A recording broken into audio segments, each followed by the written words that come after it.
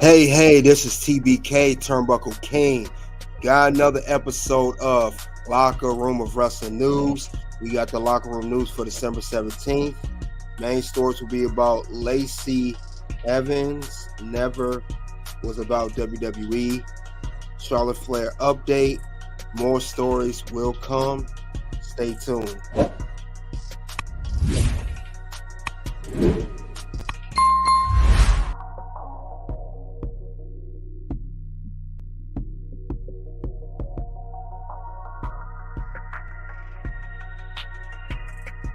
All right. So we are back at the lockers again. I know it's been several days since we've been back at the lockers, but got a good locker room news today. Thank you all for coming in the live chat and also check me out. Thank you for the people checking me out on X. And with that being said, let's get to the first story. The first story is Tony Schiavone believes Vince McMahon wanted to hire him just to fire him in 2019. Let's see what that means. Tony Schiavone doesn't think he would last long if he went to WWE in 2019.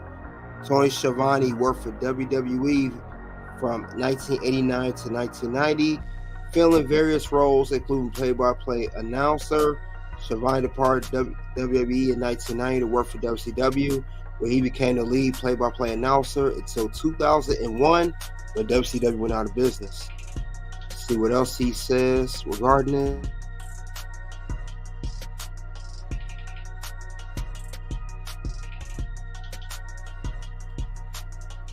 All right. On the latest, what happened when Schiavone was rewatching 1999 Royal Rumble, which he called as announcer and said while jumping back to WCW in 1990 was a mistake at the time. It did allow him to do things like work with the Gorilla Bulldogs and Atlanta Braves, which he doesn't think would have happened had he stayed in WWE in 1990. Says here, and I quote, "Who knows with the WWE how long I would have stayed in 1990 after that, because I could have been fired like I would have been had I taken the job 5 years ago. I would have been fired almost immediately." Conrad Thompson said, "Do you really believe that?" He said, there's no question in mind that Vince wanted to come in to fire me and basically to fire me. Wow. Yep, he asked, do you think he was hired to fire you? He said he wanted to hire me. I feel bad about Bruce Pritchard, he meaning, because Bruce is in the middle of this, and Bruce is a friend of mine, and I believe anything Bruce tells me is legit and sincere. Vince wanted to hire me to keep me away from this upstart company, which is AEW, where he's at now. COVID happened, they cut back. Why not cut back on one of the newest guys that just arrived? There's no question I would have been let go. Then it says that Schiavone signed with AEW in August 2019 to be the play-by-play person for AEW Dynamite. Has since filled many roles for the company. That is interesting. That he believes that WWE was going to hire Tony Schiavone in 2019. And this was during the time also when Paul Heyman was executive director for Raw and Eric Bischoff was executive director of SmackDown. I wonder if he means around that particular time. So I believe that's what they mean. But Tony Schiavone always been a WCW guy, from back in the days in the 80s and 90s. Fast forward to now, modern day era, now he's known as the AEW play-by-play guy. And he rarely ever did WWE. He only did it for 1 year. But that's interesting. Would Tony Schiavone been fired? Does he really believe that? I believe so, because he is a rival. And it's the same situation similar to Paul Heyman and Eric Bischoff being executive directors. And you see they weren't in those jobs that long. So I believe Tony Schiavone, he's on to something. They definitely wouldn't let him go. He wouldn't last it long at all. So yes, that's something I definitely do believe would have happened.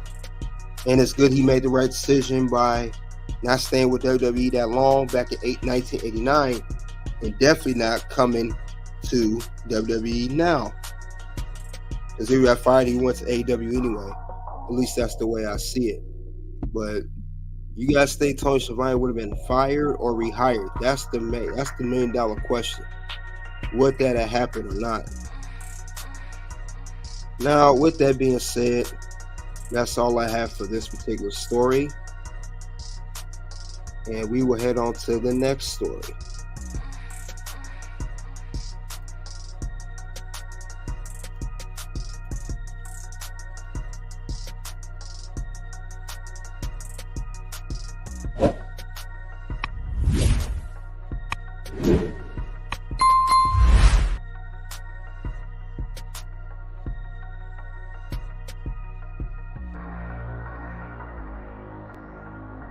Next story we have is details behind possible Stone Cold Steve Austin versus CM Punk WWE match. Now, this has been stirring around in the wrestling world for quite some time for the past few weeks. Now, let's see. It says here, a major dream match could be happening if all goes well. Fightful Select has learned that upon CM Punk's return to the WWE this past Saturday, there were all several in the company pushing for a possibility of CM Punk to take on Stone Cold Steve Austin. So much so we were told that Punk even had discussion about the possibility. As of now, we were told, and many WWE are hopeful, even optimistic that the match could finally be put together. One source of the company had indicated that many ideas could have been floated between CM Punk and WWE. We have not heard as far as long in talks, planning, or pitches that is. If all went well, we could see Punk flying Austin to go over to ideas. That's interesting. One source indicated that while it's an ideal scenario, it's like to get through first. It was close to Austin said they never heard him mention any personal issue that the two couldn't get over. That's good. They actually indicated they dropped matches to each other a couple times a year or so. So Punk and Austin always kept in touch.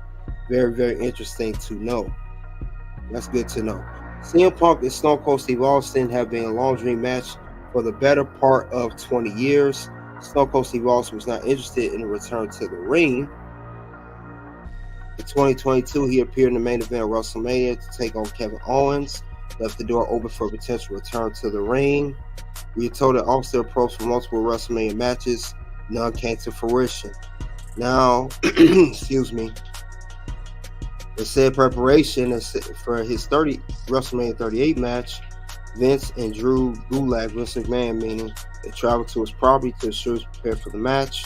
We were told that Gulak and Austin effectively had a full match there. Punk and Austin had interaction in June 13, 2011, which is what this segment is right here, when CM Punk was a part of the new Nexus leader. And it said that, and then in a part production of the WWE 13 video game in a segment with Jim Ross. But they said they also heard indicating that this match is a possibility. That would be something. Now, what is the chances of this happening? We could get ourselves a CM Punk versus Stone Cold Steve Austin match in the near future. It could be later this year, later in 2024 or the year after, because CM Punk is here to stay in WWE, and I think that would be a good match to see. It could even be better regarding, I know Triple H cannot wrestle anymore, but it's the idea that I have that may stir some questions, raise eyebrows, but it's a thought. It's just a thought. I don't know if it will work during Triple H's condition. He can't physically wrestle anymore. But here's the thing. Could we get ourselves a CM Punk versus Triple H cinematic match? Could that happen too? Now, we know Triple H can't physically wrestle because of his heart situation. But cinematic, you're not really wrestling. You're just standing around. It's going to be, somewhat like the John Cena and the late Bray Wyatt match at WrestleMania 36. Can we get that too? Could that be another dream match? As well as the Stone Cold Steve Austin versus CM Punk match happening. So I think they're really close to letting this match go down. So you guys in live chat and comment section, what do you think of CM Punk versus Stone Cold Steve Austin match finally happened? A dream match that's been talked about for almost 20 years now, if not so 20 years or longer.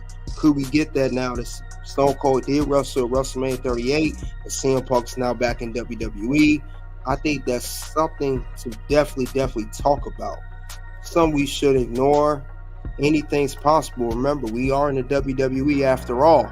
Anything's possible. Anything can happen in WWE. People thought that Hell will freeze over till CM Punk come back. Look what happened. He's back. People think him and Triple H couldn't get along. They're getting along business wise. And now he wears a shirt that says Hell froze over. So let's not count this out. This could be a possibility. Now we know Stone Cold's not the Stone Cold they used to be, but it still can happen. If anything, you got to keep an open mind here. But you guys let me know what you think of that. That is something definitely to talk about. And that's all I have regarding this story. We will move on to the next story. And after this story, we have our double main event of the two top stories. With that being said, let's head off to those stories right now.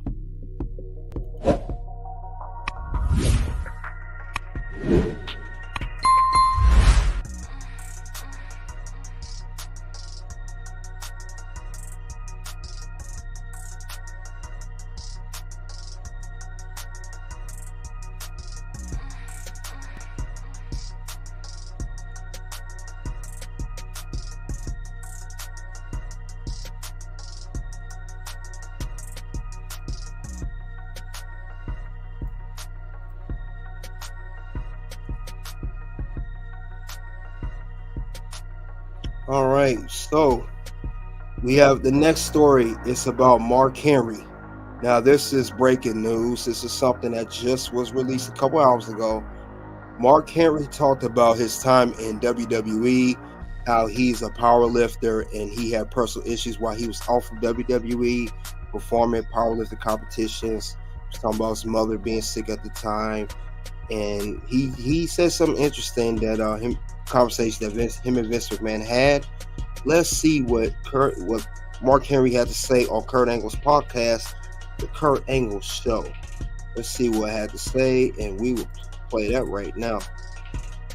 And during that time, one of the guys that was one of the world's strongest men, said in like Muscle and Fitness that I shouldn't call myself the strongest man in the world because I don't compete in World's Strongest Man. So being angry and emotional and like, hey, motherfucker, look, I'm stronger than all of y'all. The only reason that I don't compete is I'm doing something else.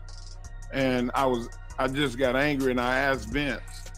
I was like, I know this is probably a bad time to ask you this, but these dudes are talking shit on my name and I want to compete against them.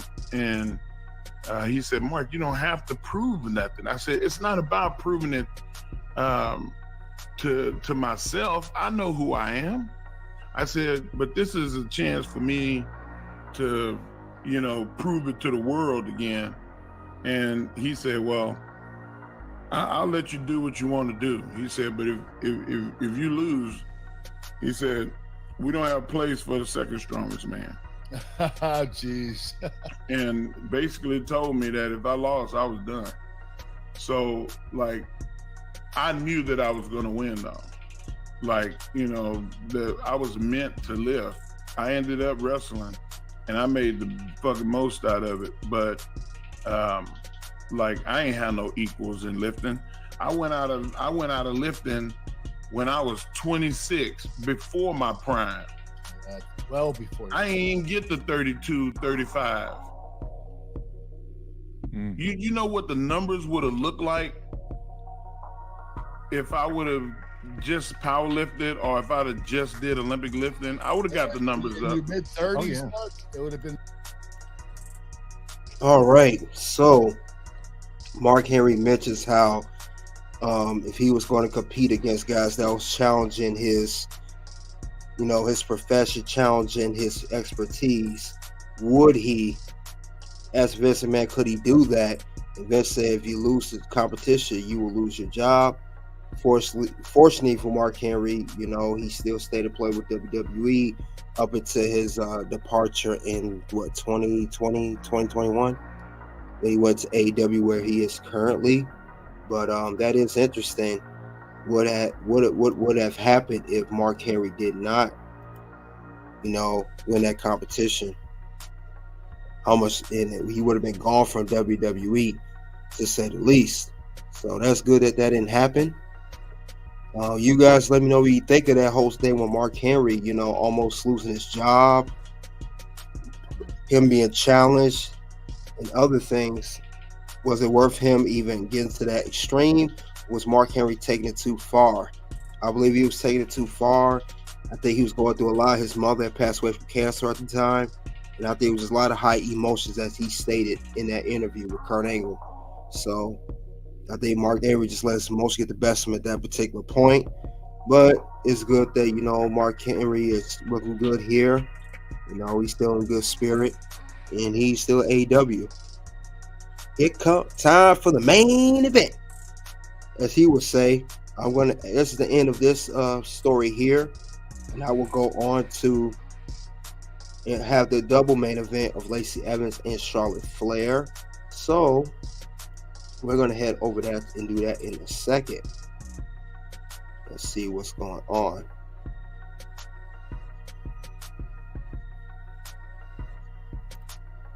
Definitely head on to that.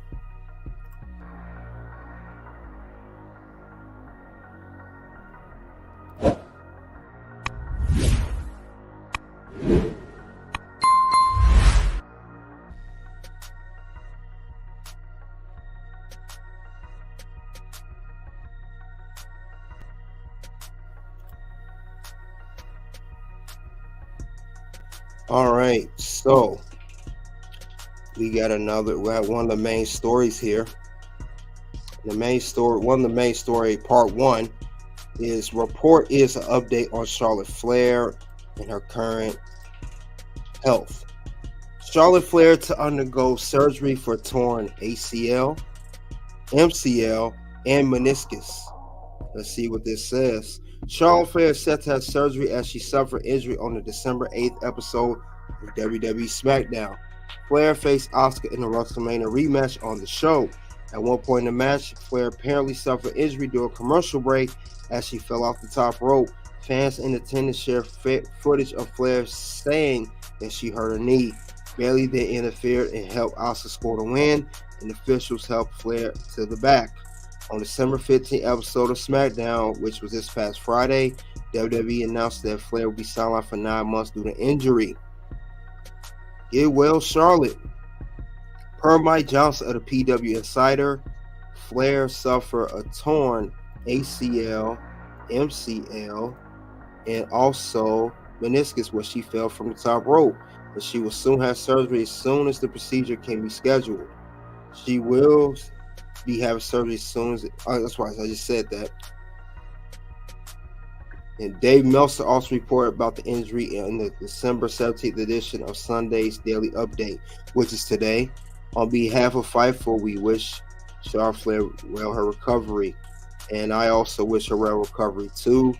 I know we give Charlotte Flair flack for always hogging the main event scene, always in a title match, but at the end of the day, she's a human being like everybody else. So hopefully she gets well sooner than later, and she can continue on her wrestling career. Just keep her out of the title picture, put her in the mid card, or somewhere. Keep her away from that WWE Women's Championship. That's all I ask. At least we could do that. And Charlotte Flair also on this injury, I think she's getting too up in age, and she's too big to be doing all this flying and all this top rope moves and doing all this stuff she does off top rope. It's ridiculous. Stop doing this stuff. Stop doing all these moves you should not be doing. And I think that's what led to her injury. I mean, I know it was the top rope thing, like it says, but she's overdoing it at this point, and it's just She fell off the top rope. I know they have footage of it, but she still does high flying moves. I shouldn't be doing that at her size and her age. I'm just saying in general. It could prevent another injury because now you're getting surgery on three different things: ACL, MCL, meniscus. They say 9 months. It could be a year. 9 months is the soonest. Yeah, it's hard to come back from that, but with the technology and the medicine we have today, yeah, it could exactly be 9 months. So Charlotte Flair, just get better and stop and change your in-ring style. I believe Charlotte should change her in-ring style as well as being in the ring, run around so much. I don't think it's going to help her career if she keeps that style, or if she continues to wrestle that style. And it will take more years off her career.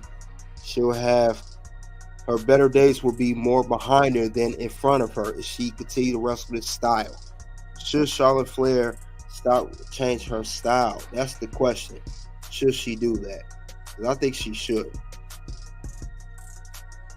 That's what's caused these injuries.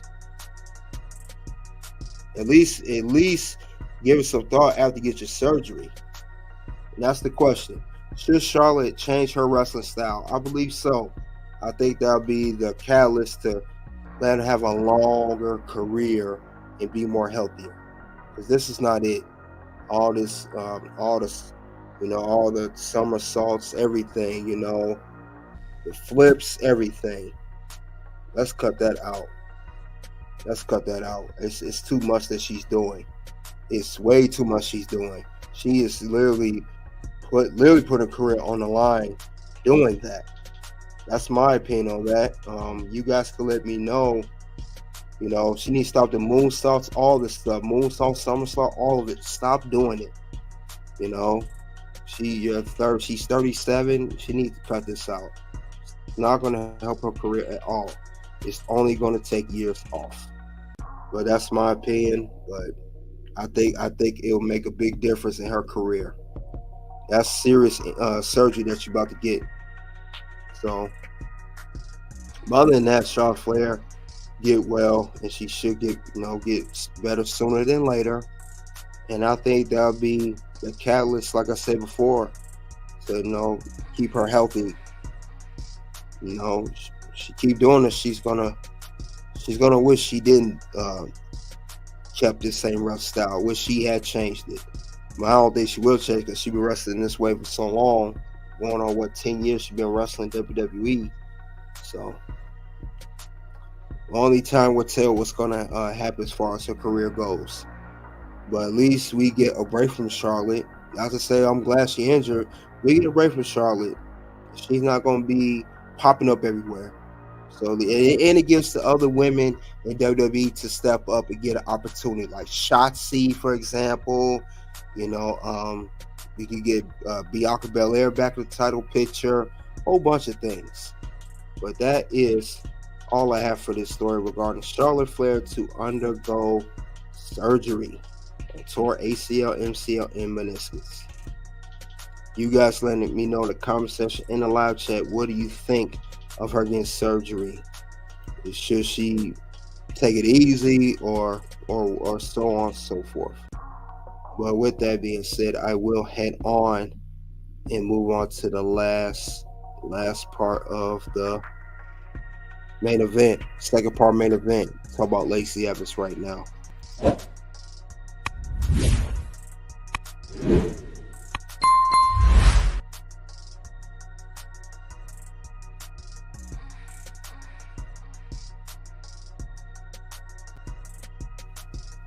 All right, this is second part of the main event. Lacey Evans. I did WWE for 7 years. It was never my passion. This is her interview with Chris Van Fleet. Great interviewer. So let's see what Miss Lacey Evans has to say about this. Lacey Evans explained that work for WWE was never her passion. Earlier this year, Lacey would be granted her release from WWE after a 7-year run with the company. So it's 23. That means she started in 16. Evans will have numerous repackages during her time at the company. You ain't never lying. It's endless repackages. including leaning into a military history towards the end of her run. Since leaving WWE, she has opened Sunny Summers Cafe in Beaufort, SC. The cafe is a safe space for those with mental health issues as Evans looks to give back. And she's also been thirst trapping with that fan time website. Let's not forget about that. I covered that story. I have a video about it, by the way. Anyway, while speaking to Insider Chris Van Fleet, Evans will explain that she was never passing her around with WWE. Her words, and I quote, "No, I have not taken any bookings. I had a lot obviously reach out, but I did WWE 7 years and it was never my passion. That was never a secret. It was incredible to see my fellow sports entertainers see that is their passion. But I just knew that, I just went out there and did the best I could. I did my job. But I always look forward to coming home. My family obviously traveled with me everywhere that I went for the most part. And that was a struggle, right? Because when I got signed with WWE, I was a mom and I was a wife. I've been with my husband since I was 15. It was an incredible opportunity. But it was a lot for whenever you compare what your passion is. And if you're wise, and WWE is very, very difficult. If you're on the road well over 300 days a year, they want a lot from you. Well, it's a part of the job. And if I was just there, it was always something in the back of my head that was like, what the am I doing? Then she will explain how fulfilled she feels now with outreach efforts and difference she can make in her community. See what she says about that. When I wake up now, and I'm on my way to my cafe, and I have just last night we had a big group outreach for, I think it's non. It's like an alcohol anonymous, but family members that struggle with addiction or have lost their lives to overdose, right? So it's just the things I get to do now. The difference is I get to make to me some rewards that I never since August 16th, which was the day she was released. Well, she asked for release. I have not once questioned if I'm doing the right thing or happy or if this is my why. I wake up every day, get my coffee, and I both try to change lives and make a difference, including my own home with my kids and my husband. It's been so awesome. And as I stated earlier, Evans also has a fan time website dish to a cafe. That's why she really didn't want to be in WWE.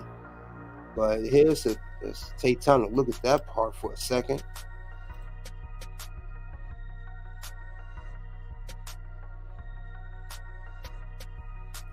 So Lacey Evans, let's get my intake on this, since it was never your passion. Let's see, Miss Lacey Evans. You said that it was never your passion to do WWE, yet you did it for 7 years, which was back in 2016 to 2023. Is that why you kept getting repackaged? Because you didn't put, maybe it wasn't creative differences problem with that. Maybe it was just you all along, because you knew deep down inside you really wasn't into WWE. You really didn't want to wrestle. I think that's why you was repackaged so many times during your career in WWE for the past 7 years. And then they try to go off your military background. They asked Sergeant Slaughter to come out, to do work with you. He refused. And I think Sergeant Slaughter refused because he saw something that you're mentioning now, Lacey Evans. You really wasn't into it. Now you got a cafe and you're doing good for community, but let's be brutally honest here. The real reason you left WWE, you did it for attention. You want to be seen.